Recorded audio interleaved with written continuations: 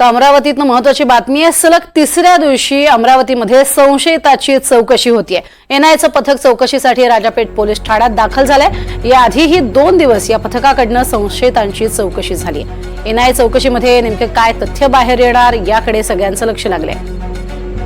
अमरावतीमध्ये आपल्याला कल्पना आहेच, संशय ठेवण्यात आलेला आहे। दहशतवादी संघटनांशी थेट संबंध असल्याचा संशय ठेवून चौकशी सुरू आहे।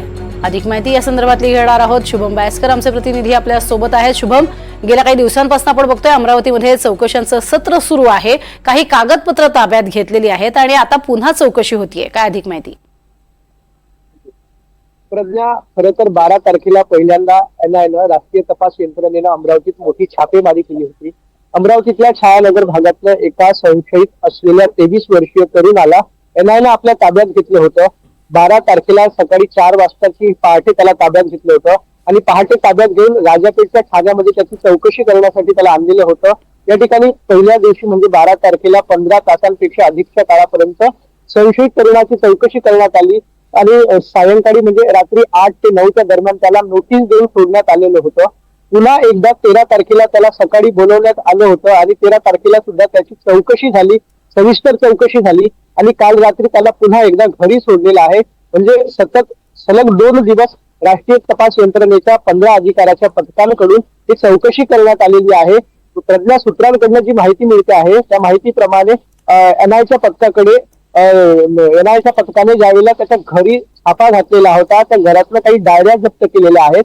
त्या डायऱ्यांमध्ये 150 पेक्षा अधिकच्या पाकिस्तानात असलेल्या काही व्यक्तींशी संपर्क आल्याची माहिती आपल्याला सूत्रांनी मिळते आहे। या नंबरवर कधी कॉन्टॅक्ट झाला, कसा कॉन्टॅक्ट झाला आणि त्याचा हेतू काय होता, या संपूर्ण प्रकरणाची इत्थंभूत तपास जो आहे तो एनआयचे अधिकारी करतायत। पहिल्यांदाच असं झालंय की सतत सलग 2 दिवस एका संशयित तरुणाची तपासणी एनआयचे अधिकारी करतायत। आज सुद्धा सकाळपासून एनआयचे अधिकारी अमरावतीच्या राजापेठ पोलीस ठाण्यात येण्यास सुरुवात झालेली आहे। शिवाय संशयित तरुण जो आहे तो तरुण देखील आपल्या मामासोबत राजापेठ ठाण्यात सकाळीच दाखल झालेला आहे आणि काही वेळातच एनआयचे अधिकाऱ्यांकडनं त्याची आज म्हणजे तिसऱ्या दिवशी सुद्धा चौकशी सुरू होईल। तिसऱ्या दिवसाच्या चौकशी अंती एनआय कुठले डिसिजन घेतं किंवा आज रात्री त्या संशयित तरुणाला अटक होऊ शकतं का याची सुद्धा माहिती आपल्याला सूत्रांकडनं येत आहे। एकंदरीतच एनआय या संपूर्ण प्रकरणात आज काय अंतिम निष्कर्षापर्यंत पोहोचतो, काय अंतिम निर्णय घेतो याकडे लक्ष असणार आहे। प्रज्ञा, नक्कीच तुर्तास धन्यवाद या संपूर्ण माहितीसाठी। तर याआधी आपण बघतोय कशा पद्धतीनं ही चौकशी होत होती आणि संशयितांची चौकशी ही अजून कसून होतीये।